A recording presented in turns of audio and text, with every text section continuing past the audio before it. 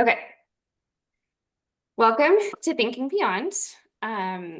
We will get started in just a second. I'm just going to let everybody know our upcoming events for the semester.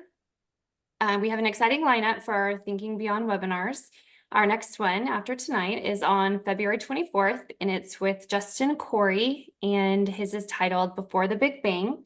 And then on March 31st, we have Kate Adamala on the threats of mirror life. And then lastly, on April 28th, we have John Mitrofanis, and his is titled The Biophoton Phenomenon, Can Cells Talk to Each Other with Light? So obviously I will be putting out registration links, the same as always, on social media and email, so look out for those. And then we are also very excited that on February 7th, Stephen Pinker will be giving our Beyond annual lecture. And that is an in-person only lecture. And it is titled Rationality, What It Is, Why It Seems Scarce, and Why It Matters. And you can register for that on the Beyond website, which is beyond.asu.edu. So then that brings us to tonight. And if anyone has any questions at any point during the lecture, please use the Q&A feature at the bottom of the screen, and we'll get to those questions towards the end of the hour. So I will go ahead and turn it over to our moderator for the evening, Maulik. Hello, and welcome to this evening's Thinking Beyond webinar. Today, we're very happy to have Professor Geraint Lewis. I just learned that his name is pronounced Geraint and not Geraint. Let me also introduce Professor Paul Davies, whom, of course, all of you know because there are a lot of regulars here. So Professor Davies is the director of the Beyond Center for Fundamental Concepts in Science at Arizona State University, and he's also Regents Professor and a theoretical physicist. But our speaker today is Professor Geraint Lewis, who is a professor of astrophysics at the University of Sydney. As a cosmologist, Geraint explores the dark side of the universe, the dark matter and energy that has shaped the evolution of the cosmos, focusing on gravitational lensing, galactic cannibalism, and large-scale structures of the cosmos, large-scale surveys of the cosmos, sorry. He has written more than 500 peer-reviewed articles and has authored 4 books on cosmology, including Where Did the Universe Come From? And the Cosmic Revolutionaries Handbook. His latest book is The Shortest History of Reality, and it's going to be published in, 2025, this year. So without any further ado, I'm going to pass it on to him. The format will be our usual format, in which there'll be a presentation, after which there'll be questions, which you can, as usual, enter into the chat. And at the end of the presentation, we'll select some or most of those questions, and he'll respond to them. So without any further ado, he's going to tell us, Professor Lewis is going to tell us about a short history of reality. Okay, thank you very much for the intro. Let me just see if I can share my screen. Zoom and share.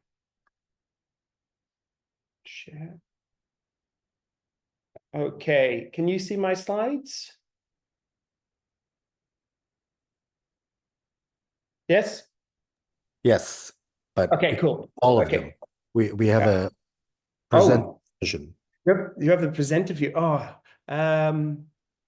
This is after pandemic and everything. You'd think we'd know how to get this stuff to work seamlessly. Okay, let me just stop sharing and try again. Share.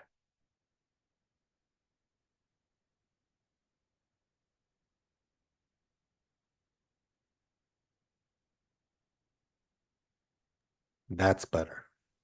Is that better? Okay. So thank you everyone for coming along, and thank you very much for the invitation. Thank you for the introduction. I just put a little slide about myself here, which basically covers what's just been said. So I'll just mention again, I'm a professor of astrophysics here at the University of Sydney, where it's a really horrible 40 degrees centigrade day today. So it's really hot outside. As mentioned, I'm a cosmologist. I love to study the universe, but I also like to write about the universe.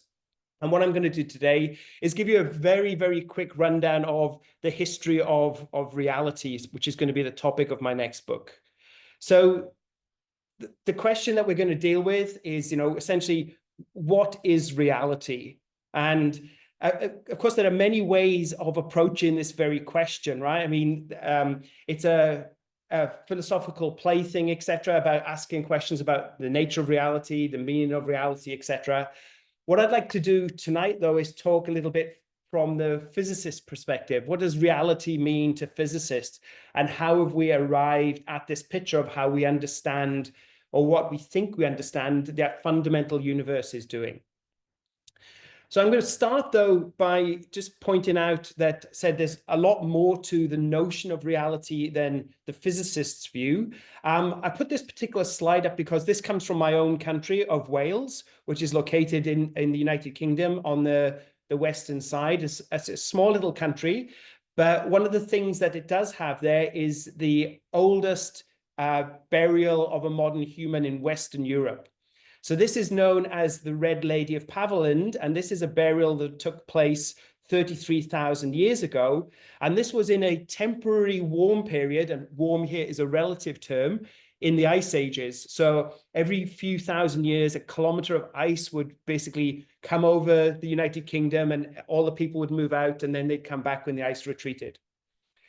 The point about this particular burial, which was very important, is that the body, and it's a young man, it's called the Red Lady, but it was a burial of a young man in his 20s. It was a burial. It wasn't just bones thrown into a cave or a body discarded, but there was a ceremonial burial there. And of course, it's impossible for us to put ourselves in the minds of the people who were there at this burial. But I don't think it's hard to imagine that they had a notion of something beyond the everyday, right? That of course you've got your daily life outside, your hunting of animals, etc. But they realized or felt that when this person had died, that there was something else, an afterlife or whatever they were considering. And I think it's interesting to think about when that actually happened in our ancestry, when we started to have this thought that there's more than just the trees and the fields and the animals, but there might be something else. And there's some evidence that our Neanderthal cousins were doing ceremonial burials 100,000 years ago. We don't quite know when our direct ancestors were doing this, but this notion that there might be more to what just basically meets your senses, I think is the start of this sort of quest to understand reality. What is the universe made of? What is it doing? Of course, the story that I want to tell from the physicist's point of view starts with modern science. And modern science, of course, 1600s, all the way to today. And I'm going to just put up this particular picture here with probably one of the most famous scientists. The picture in the middle, that's Isaac Newton. And this is one of his famous experiments that he did, whereby he took a very narrow sliver of white light from the sun, he passed it through a prism, and he dispersed that light out into the colors of the rainbow. So clearly, Newton realized that the sun's white light was actually a mixture of colors, and he could see those colors by dispersing the light with glass. And he came to realize, of course, that the rainbow itself is just part of this physical process. It's not a glass prism, but it's just water droplets in the sky. They do this kind of dispersion, and we see the rainbow. And whilst, of course, that's important for science, we've learned something about the universe, it wasn't good news for the poets. So the other two people we've got on this slide are John Keats and Edgar Allan Poe, both poets who died relatively young. Both of them wrote poetries lamenting the fact that science was destroying the mystery of the universe, right? Rainbows should be something that poets write about, not that scientists should be dissecting. So, of course, that didn't stop the scientists. They've continued on this journey of going deeper and deeper and trying to understand the makeup of reality. But I think there's another thing that we have to realize before we ask the questions about reality, about what's around us. It's really a question about how we perceive reality, okay? So let's just take a little example here. So we've got in one picture, of course, a rainbow, and the other picture is a banana. And of course, in the rainbow, at a particular point, there is the color yellow. And the banana is also yellow. And if you would talk to somebody like Plato, Plato would tell you that the yellowness of the banana is one of its characteristics. Plato liked to imagine this space of forms, this space of ideals, where in that space is the ideal banana, and it is yellow, and any real physical banana is a projection of that ideal. So like the yellowness of the banana is one of its properties. But when we approach this from a scientific question, of course, we now know that a banana is made of more than just banana stuff. We get down into atoms and molecules, etc. But when we look at the light that we get from the banana, the light we get from the rainbow, there's a difference in the yellow. The yellow light in the rainbow comes from a very narrow range of the electromagnetic spectrum, waves of a certain wavelength. Whereas when we take a look at a banana, you can always find somebody's written a paper and everything. Here is the reflectance of a banana. So somebody's done the experiment of if I shine white light onto a banana, how is that light reflected? Some of the light is absorbed, some of the light is reflected. And you can see that the banana actually reflects light all the way from the blue side of the spectrum to the red side. So it's a mixture of all those lights. And the question is why does our brain interpret these two different signatures, one a narrow wavelength, another a big broad wavelength of light, in the same fashion? And I'd like to introduce you to this person. I think he's one of the people that should have a lot more, he should be in a lot more books than he is. This is Thomas Young, often referred to as the last man to know everything. And he seriously was one of those polymaths who could speak, a ridiculous number of languages when he was little. He also helped decipher hieroglyphics, but he's also the person that worked out how human color vision worked. And he realized that there'd been a lot of argument about how the eye responds to the light that goes into the eyes. And he realized that the answer to how an eye works and how the brain works is actually in a painter's palette. Right? Painters realized, of course, long ago is that you can take some primary colors and you can mix them in certain ways and you produce new colors. And what Young proposed is that our eye contains 3 different kinds of cells, one of them sensitive to blue light, one of them sensitive to sort of greeny light, and one sensitive to red light. And what actually happens is that those particular cells in your eyes, they respond to the light falling on them, and there will be a particular signature that they send to the brain, and the brain then puts that back together and assigns it a color. It says it's yellow. So the thing is, of course, what this means is that the yellowness of a banana, it's not yellow in an objective sense. It has a particular spectrum, but the yellowness is something that we interpret inside our head. And one of the ways that you can see why this is important is you can look at other parts of the animal kingdom. So here we have two different animals. At the top is a mantis shrimp, and they are incredibly powerful little shrimp that tend to be able to break the glass of aquarium that you put them in. They've got these really high-powered limbs, but they've got like 12 different color receptors in their eyes. So they can see a range of colors that we cannot see, right? We have 3, they have 12, which means that they in their mental picture of the world have a vast array of colors which would not be visible to us. And to understand what that kind of means, I got this little thing on the bottom here that I found recently. If you ever watch something like a tiger walk through a jungle, one of the things that stands out to you is that the orange of the tiger is very distinctly different to the greenery that it's trying to sneak through. But what you have to remember is that the animals that are looking out for the tiger, i.e. the deer and the boar, even though they're mammals, instead of having 3 color receptors in their eyes, they only have 2. So they are like a colorblind person, and their palette of colors is much narrower. And in fact, to a deer or a boar, the color of the tiger and the color of the foliage is basically the same. right? So we have to be careful in that what this is telling us is that when we are sensing the world, we are sensing the world with a particular set of sensor apparatus, and they are painting a picture of the world. And we have to remember that we are having that picture filtered to us, and it might not necessarily reflect the objective reality, what's really going on. The brain has painted a picture rather than something being truly yellow or truly green, etc. This, of course, leads us to this philosophical notion of how do we know that we are actually living beings that are moving around in an objective reality?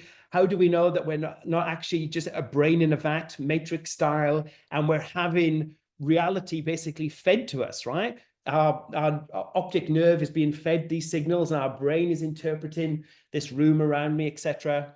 Of course, if there's plenty of room for philosophical musing here, how we would know unless we were actually in the matrix and there are those rebels that want to rescue people from the matrix, how would we know that that reality is any different to a reality where I'm actually physically moving around? So let's not worry too much about the philosophical side. Let's start to talk about what things are made of, and may as well just start with ourselves.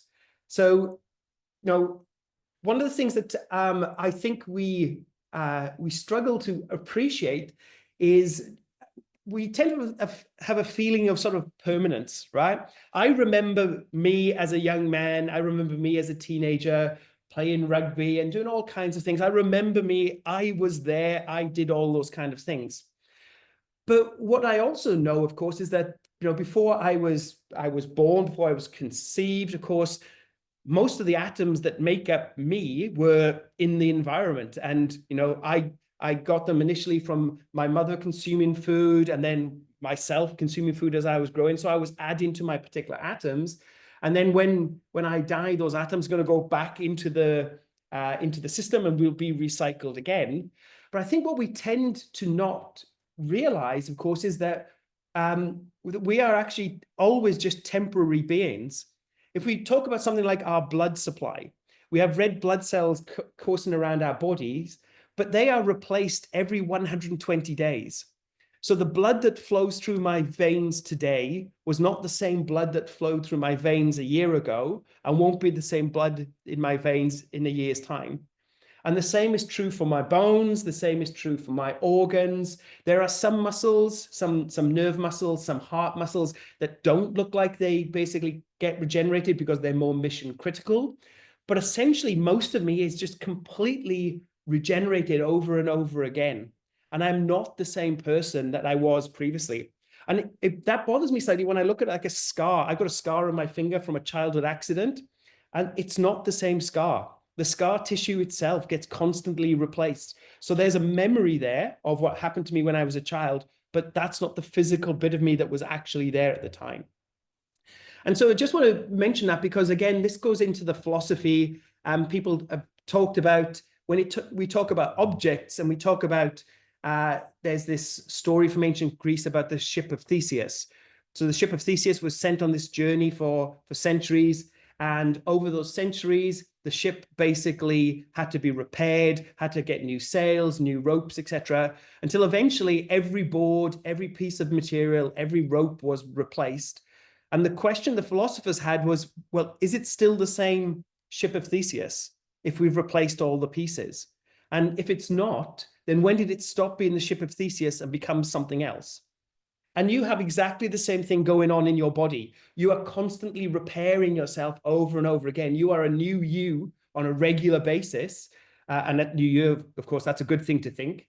But you don't feel like you stopped being you in the past and have become something different. You have that sort of feeling of permanence. So the existence of stuff, again, is a complicated thing when you think about this constant replacement of ourselves. Now, of course, what we have done in the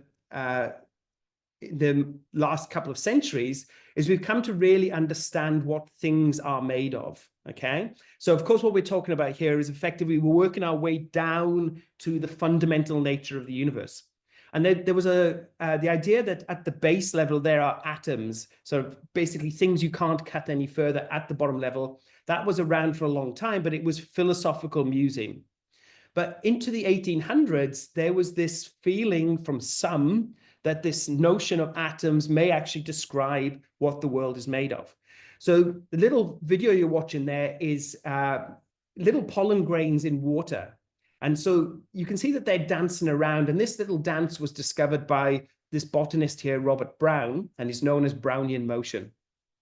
And he wondered if the pollen was moving around because it was somehow alive. Maybe it's got little feet and it's flipping its feet and it's swimming around. But he repeated the experiment with chalk dust and found that chalk dust did the same thing.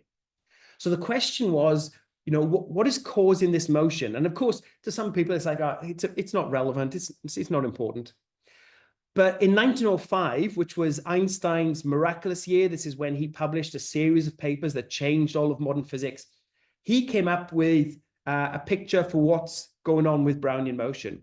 And basically what he said is that if we assume that the water itself is made of individual little pieces, we now call them water molecules, and they are basically moving around, then those water molecules are constantly colliding with these pollen grains. Now, a water molecule is 1,000,000 billion times less massive than a pollen grain. So you might sort of think that, you know, all of these water molecules bouncing against the side are all going to even out, and we'd expect the pollen grain to sit very still. But of course, Einstein, I don't have to tell you, was a very smart person. And what he realized is that in the water, in these molecules that you've got in the water, that you'll have a mix of speeds. Some water molecules will be moving relatively sedately, some will be moving at high speeds. And you could calculate what he expected those speeds to be. And what he was able to show is that statistically, every so often, that you would get some of these high-speed water molecules hitting on one side that would cause a jiggle one way, and then on the other side causing a jiggle the other way. And so it was essentially this work in 1905 that basically brought the atomic hypothesis, this notion that things are made of atoms, into the mainstream, right? So people suddenly realized that there are small things at the bottom. So even if I look at myself or a tree, etc., I know that if I look closely enough, I will eventually find that it's made of atoms. The question, of course, is, are atoms fundamental? Is that the bottom? Is that really where we get to there and that's it? We just say everything's made of atoms. That's the way the universe works. Well, the picture was already on shaky ground in 1905 because this guy, J.J. Thomson, had discovered that if you take something like a metal and you heat it up, then things came out of that metal. Didn't really know what those things were, but he knew that he could create a beam of them and he could distort the beam using electric and magnetic fields. And so he concluded that what he was seeing was little tiny charged particles that were coming from inside the atom. So it was already evidence that the atomic world was not the bottom, that there was still structure to go within the atom. And then into the early 1900s, there was a race on to try and dissect the atom and work out what was going on inside. One of the leaders in that race was the person in the middle here. So this is Ernest Rutherford. And in fact, if you go back and read the history of science in the early 1900s, there was an awful lot of people called Ernest. It seemed to have been a popular name, seems to have disappeared these days. But Ernest Rutherford is known as the father of nuclear physics, okay? Now, here he's pictured with Ernest Walton and John Cockcroft, and in the 1930s, those two built the first particle accelerator. They were the first people to rip atoms apart by basically putting them in a beam of high-energy particles. Where Rutherford comes into this story was he wanted to understand what was going on inside the atom. So he devised this experiment known as the Rutherford scattering experiment. And he didn't do the experiment himself. Like all good professors, you get your young research associates to do the work. So his research associates were Hans Geiger, and Ernest Marsden, another Ernest. Geiger, of course, went on to invent the radiation detector that still bears his name today. But the experiment was relatively straightforward. The experiment has a source of alpha particles. That's a radioactive source. So it spits out these charged particles, which Rutherford directed onto a piece of gold foil. Now, most of those alpha particles, they're little small particles themselves, they just sailed straight through and they missed the gold atoms inside the foil. But every so often, one of the alpha particles gets close and it would feel the distribution of charge inside the atom. And Thomson had proposed that the charge is going to be nice and smoothly distributed. And so you'd expect that most of the alpha particles will go straight through and out the other side.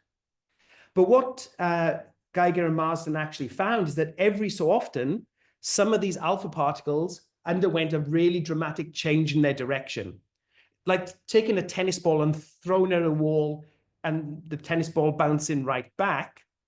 The question was, how could an atom do that? The only way an atom could do that is that if the positive charge, instead of it being spread out, was actually concentrated down into a tiny piece in the middle of the atom, the nucleus, and that would provide enough electromagnetic repulsion to spit the alpha particle back in its journey.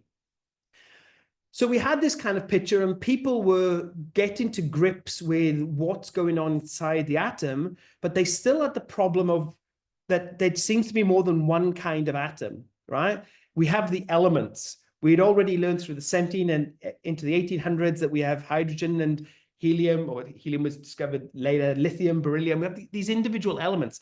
And what makes one atom distinct from another? And I'm going to put this person up because this is another person who is often missed in from the histories. This is Henry Moseley. So we know that in the 1800s, Mendeleev created the first periodic table. So the periodic table is you take all of the different elements and you sort of group them together based upon their properties, right? How similar are they? Is it reactive? Is it non-reactive? Is it metallic? Is it non-metallic? How heavy is it? How light is it, etc. Henry Moseley looked at this picture and thought, it's all a bit of a mess, isn't it? Because there was no real structure there, and physicists don't like things without structure, right? You know, we're simple people. We like things to be nicely ordered. So he tried a new experiment, and his experiment was sending X-rays at samples of elements. So you would take an element, so like pick an element here, like tin, and fire X-rays at it just to see what would happen. And he would find that most of the X-rays did nothing at all, but some X-rays would come back and they would have very specific energies, okay? He would then try a different element and do it again, and he would still see the same signature, but now at a slightly different wavelength. And what he realized is that there was a pattern forming in this emitted X-rays from these samples. And what his great insight was, he realized that he could attach an integer value to each of the elements. So hydrogen had an integer value of 1, helium had an integer value of 2. We now know this to be the number of protons that we have inside the nucleus of an atom, the positively charged particles. But it was Moseley that showed that there was 1, 2, 3, and it was this number that told you that this element would be different to that element. Why don't we know Moseley better? Well, because Moseley was working before World War I. In World War I, he signed up and he went to Gallipoli and he was shot by a Turkish sniper. So he probably would have collected a Nobel Prize if he had lived, but it was his insight into the atom that really changed our understanding of the stuff from which we are made. So I'm just going to put up, this is the picture that we have now. This is our periodic table, our modern periodic table, now numbered by the number as deduced by Moseley. And what we now know, of course, is our atom looks a little bit like this picture that we have at the top here.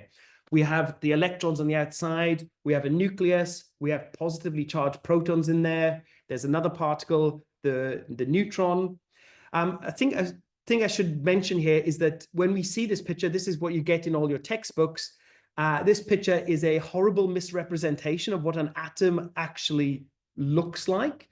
And what I mean by that is that if you imagine that we had an atom the size of the Super Bowl stadium, right? A few hundred meters across. And where the seats are, that's where the electrons would habit. That's where their orbits would be. The nucleus of the atom, which contains all that positive charge and all of the mass effectively of an atom, would be about the size of a fly buzzing around at the center of the field. So our atoms, us, the things, the water molecules, etc., they're all made of atoms. They're mostly empty space, right? There is vast distances between the nucleus and the orbiting electrons. We're mainly empty space. So that can be a little bit disconcerting because I think I feel reasonably solid, but in there's empty space and there's forces at work. The thing that we have to also mention is that with the realization that this was the structure of the atom came probably the biggest revolution of the 20th century. And this was the coming of quantum mechanics. And here we've got two of the early scientists who played a key role. On the left, we've got Max Planck. And I really love this picture of Max Planck because normally when you see a picture of Max Planck, he's an older gentleman. I think he's probably bald and etc. He's not that young in this picture. He's in his 40s, but this is, again, a younger man doing his science. On the other side, we've got Niels Bohr. Max Planck was trying to understand how did hot objects glow, right? So you know that if you take some metal and you start to supply it with energy, it gets hotter and hotter. Eventually it gets to the point where it starts to glow red hot and then white hot. And if you get it hot enough, it becomes blue hot. And the question is why that particular emission of light? And people had tried to understand how light and matter interact using the rules of classical physics as we understood them at the time. Planck was one of those. He just could not get it to work. So what he actually decided to do is he decided in an act of desperation to basically throw out the rule book and basically try something completely different. And what he did is he assumed that the atoms inside the material could only absorb and emit energy in distinct particles, okay? So he said that the emission and absorption was quantized. And he always thought that this was a mathematical trick that he had come up with, and somebody would show that the classical physics that he had been raised on would one day be correct. But you could just not get that to work at all. Soon after that, Niels Bohr, when he was looking at the atom as proposed by Rutherford, realized that the atom itself had to be quantized. And what I mean by that is that the electrons had to be in specific energy levels. So they couldn't orbit at any location away from the nucleus. They could only orbit here or here or here and nowhere in between, okay? So this sort of was basically saying that the rules of reality as we understand them from our everyday world don't seem to apply to the fundamental world. There's something else going on down there, which I don't see when I look out into the cosmos. Planets can orbit at any distance from the sun, etc. So something weird is going on. But things got quite a bit weirder soon after this. And that was when quantum mechanics became fully mathematical. And we've got two of the key players here, Erwin Schrödinger and his eponymous equation, the Schrödinger equation, that tells you how you calculate the evolution of quantum systems, and Max Born. And what they showed is that if this quantum picture is correct, then we can no longer talk about things like an electron as having a distinct location and a distinct speed. All we can talk about is its probability of being in a particular location and its probability of having a particular speed. So the properties of the electron now are not localized. They're not part of the electron, but they are spread out in something that's known as the quantum wave. And this, of course, is the foundation of all of modern quantum physics, and that we have this picture that at the fundamental level, things are governed by probabilities and information spread out in waves rather than being located in particular places.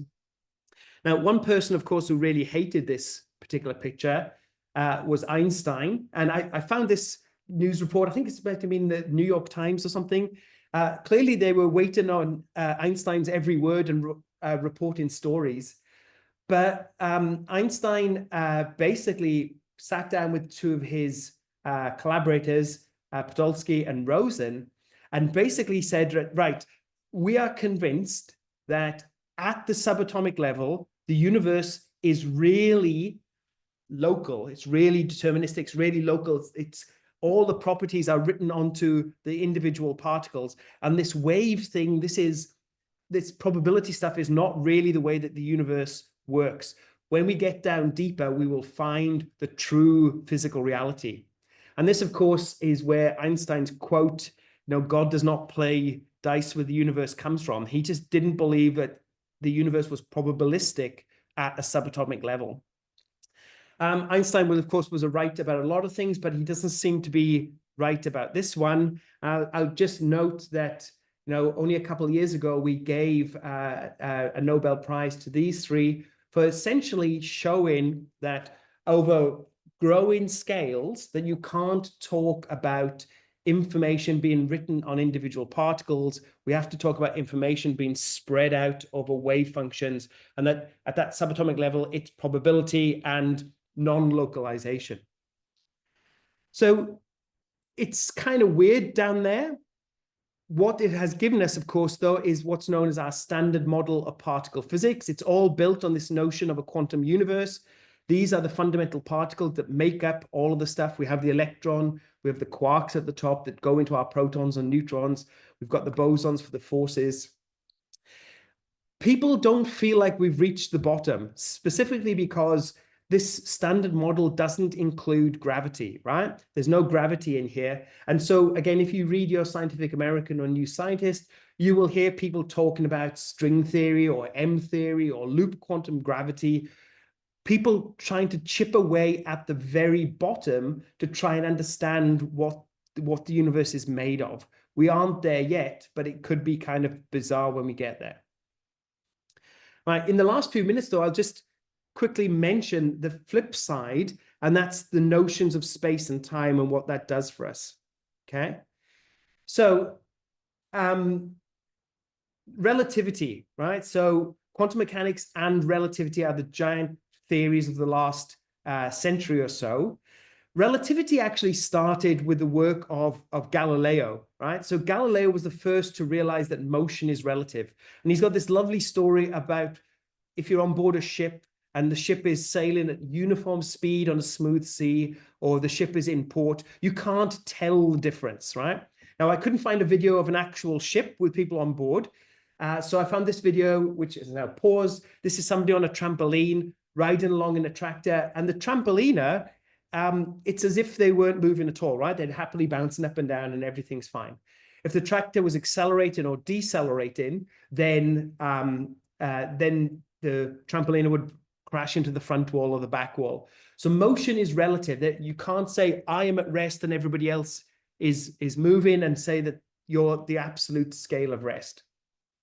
So building on this led Einstein into his theories of relativity.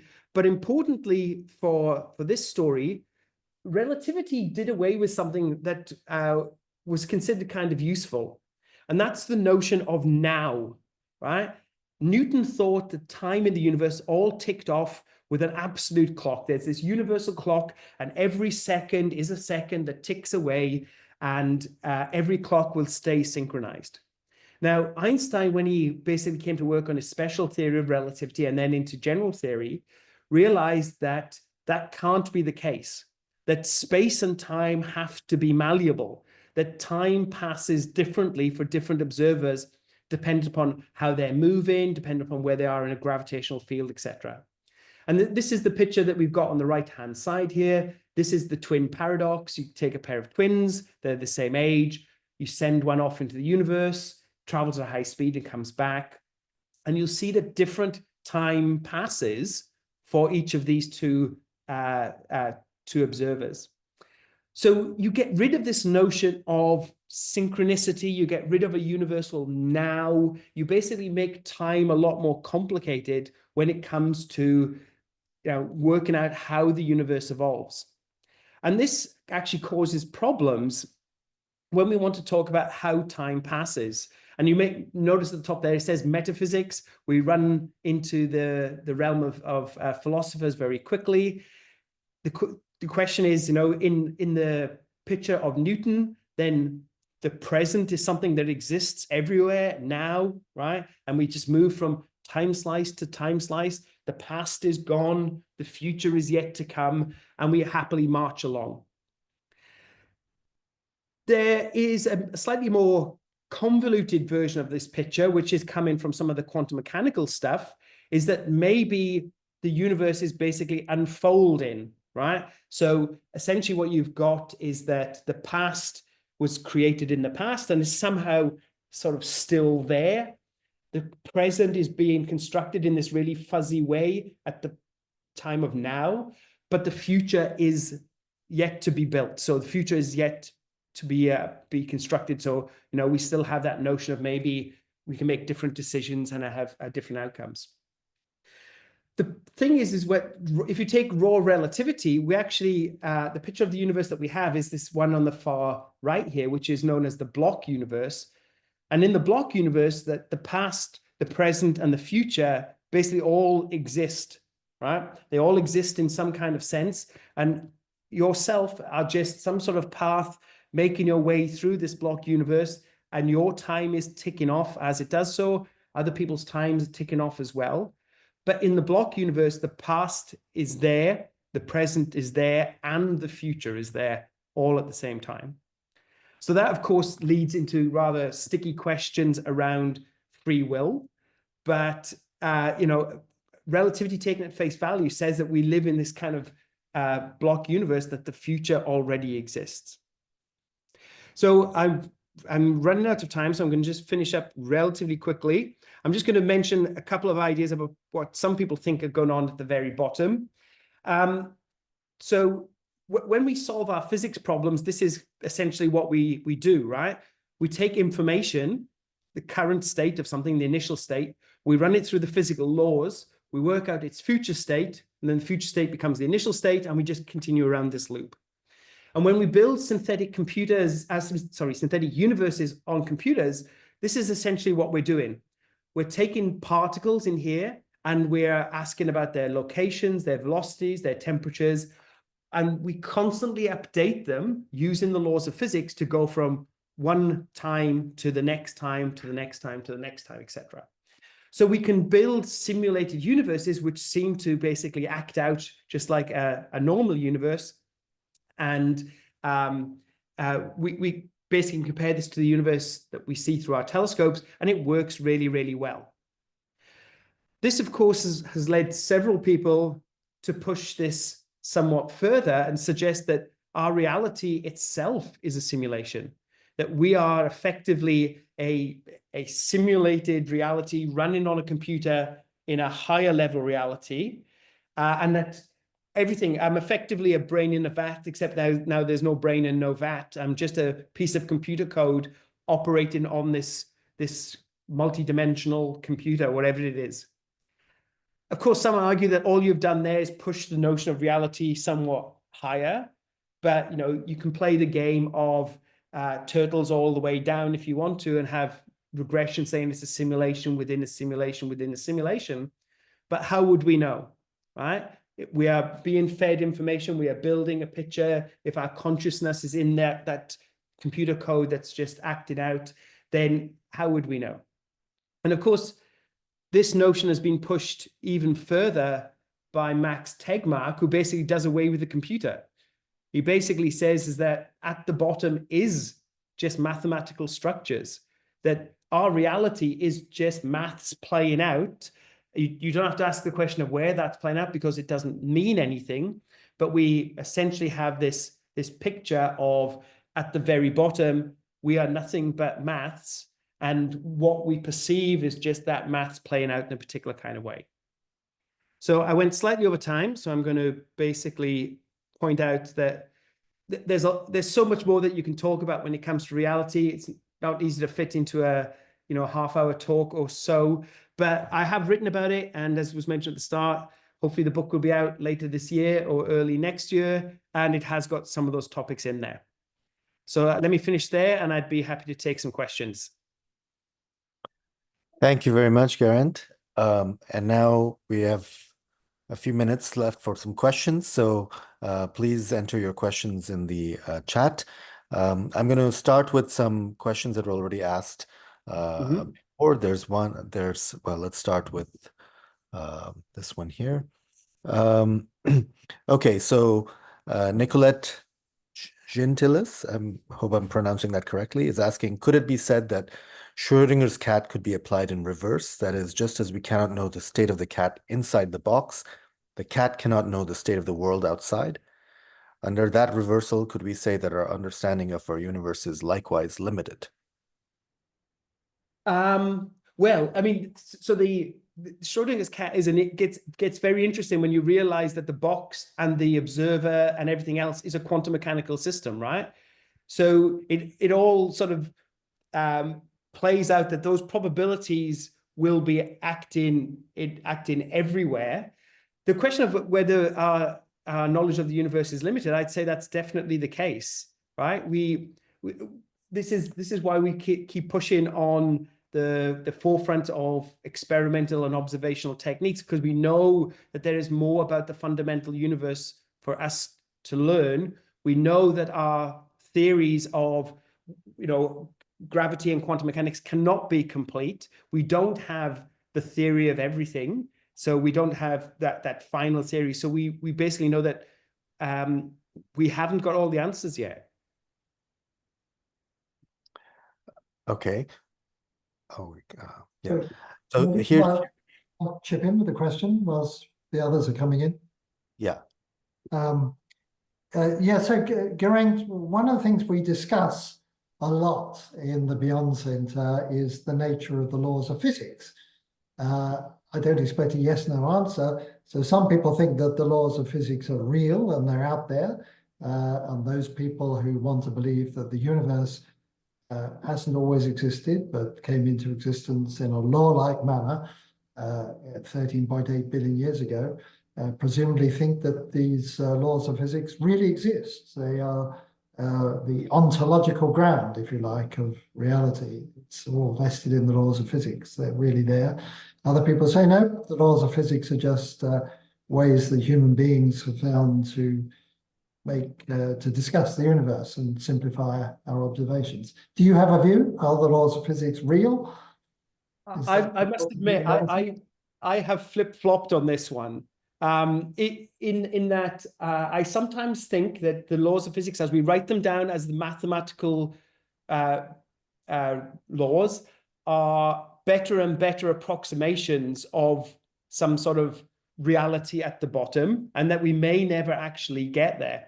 But then when I go to a talk on, people will talk about multiverse stuff and about the way that a universe might crystallize out of eternal inflation, and that might write the laws of physics into the universe.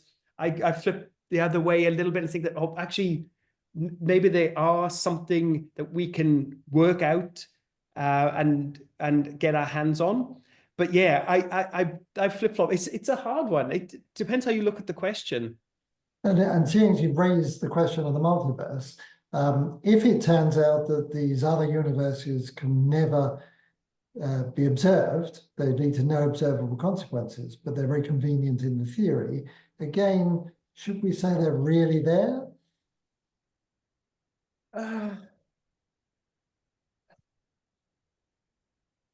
This is the kind of question that I think you need to be down the pub to really get your teeth into, right? Well, I didn't expect yes/no answers, but I think these are things to think of. In string theory, you would have said that there is, at least in the 80s version of string theory, you would have said that there was a kind of bottom, because there's a fundamental scale beyond which you couldn't go. So then it wasn't just sort of peeling ever more layers of the onion, but there would be some supposedly fundamental theory. But sorry, but the problem we've got to is that we still feel like we're a long way from getting down to that whatever's at the bottom, right? And so yeah, I say this because when I was a undergrad student in 1987. I was at Queen Mary's with Michael Green, and we were told then, any day now, string theory is going to finish physics. Yeah. And it hasn't seemed to have done that yet. No, it's gotten much worse. I mean, the multiverse Yeah. has completely changed the whole game, in fact. So there's not a unique theory. So there are a lot of questions on quantum mechanics. So I think I'm going to give them to you one after the other, and then we'll maybe switch to something else. Barbara Temple asks, why does quantum mechanics seem to say that nothing is definite until we look at it? Yeah, why do you want to go for that? Does consciousness play a role in reality? You have to be careful about what look at it means, right? I mean, it's to do with when things interact more than when you look at them, right? I flip-flopped on this as well. I drank the Kool-Aid about the importance of the observer in quantum mechanics, and then I backed off and thought, no, it's not the observer, it's the interactions. It's things travel like waves and interact like particles kind of picture. So yeah, again, on this kind of topic, I don't have a yes, no, or a particular viewpoint. It changes over time the more I think about it. What about Paul? Well, you'll have to wait for my next book, which goes into the details. Let me just make this point, and I think this is everyone would agree with this, that measurement, sometimes we call that observation, is critical to the standard interpretation of quantum mechanics. But what quantum mechanics doesn't do is tell us what a measurement is. It doesn't say this particular setup. So we talk about a Geiger counter, but that was invented by Geiger for a particular purpose. There's no objective definition of a measurement. And so people who retreat in the face of that tend to end up believing the many universes interpretation. And so, everything is there. There are no measurements. It's just, you get everything that can possibly exist. I don't like it. Yeah, I remember being told a long time ago that if you want to start a fight in a pub with a bunch of physicists, just say, what do you think of the measurement problem? And just let them go. It's sort of interesting that quantum computing seems to have progressed without having really had to confront this issue, though. They don't seem to care what the interpretation is. No, they're just happy to go with whatever the maths is telling them. Shut up and calculate school of quantum mechanics. That doesn't, at the end of the day, really matter. Here's another question on quantum mechanics. This is from George Johnson, who asks, Richard Feynman was asked about how the passage of a given photon through asked about how the passage of a given photon through a given slit is determined, and he said that each photon goes through every slit at the same time. Please explain how that works.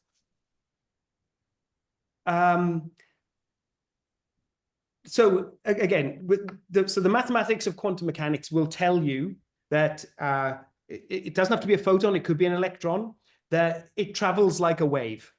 So that's what the wave equation basically is.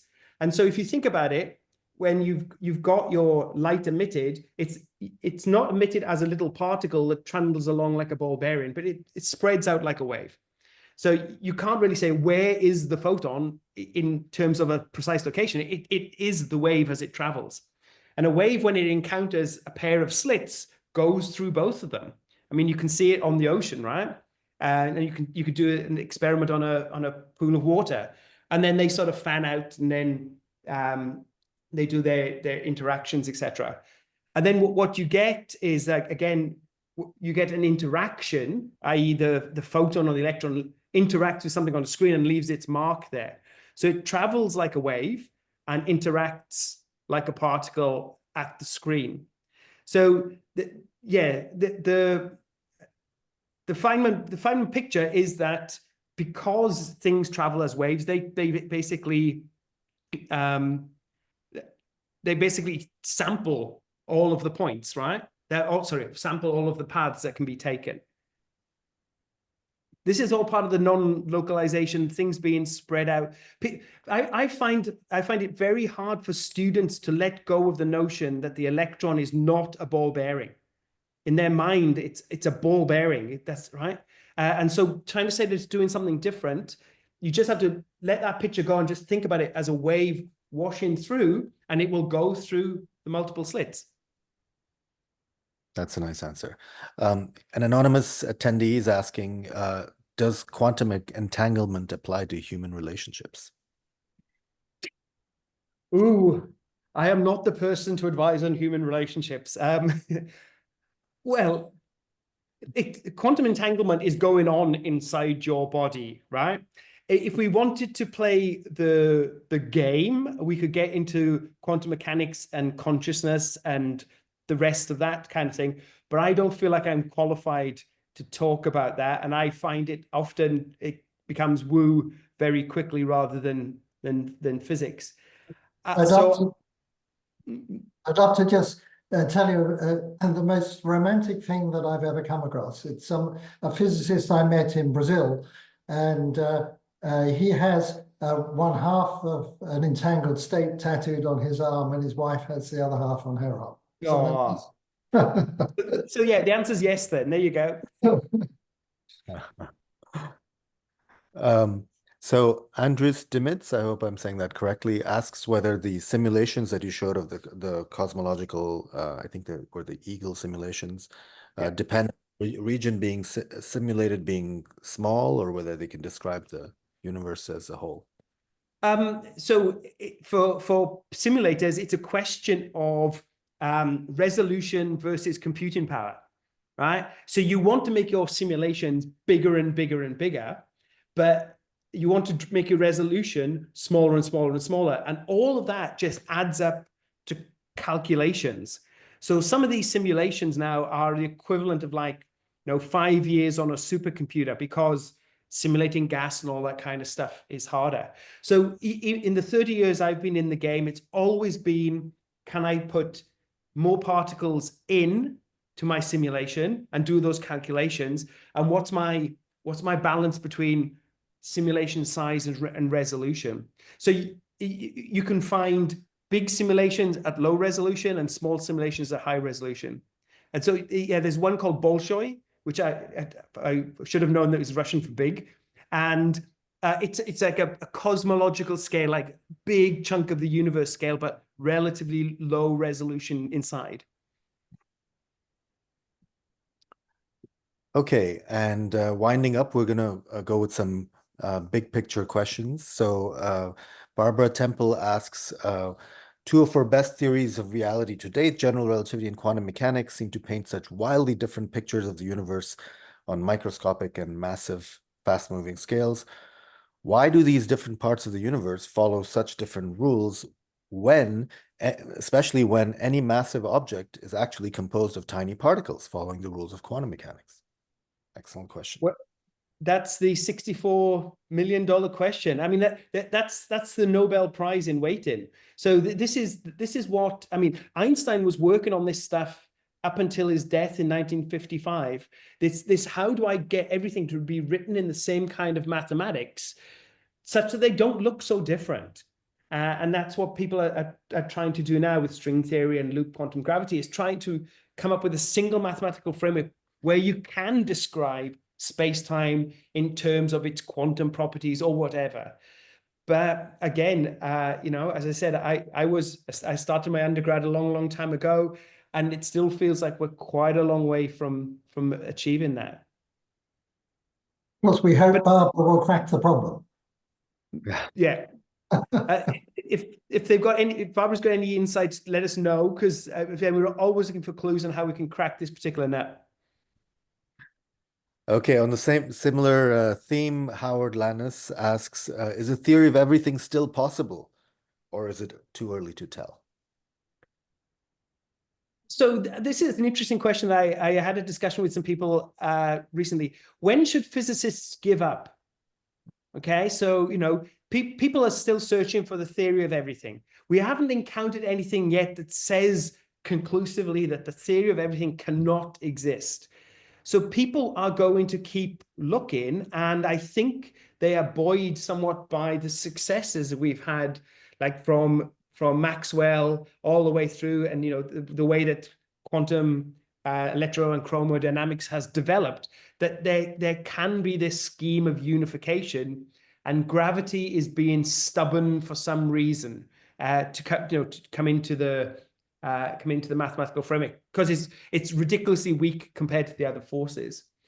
So I would say that I do not know if it is possible or not. I mean, I know a lot of people whose careers are looking for it, but I couldn't say one way or the other. And I said, when does science decide, well, we've tried enough things, maybe we should go off and do something else now? And I think that's a very hard thing to address. Well, on that note, let's thank you again for this wonderful presentation. And we're out of time. So I just want to tell everyone that next time we have Justin Curry of the University of Pennsylvania, and he's going to tell us about Before the Big Bang. Thank you all for coming, and have a great evening. Thank you, everyone.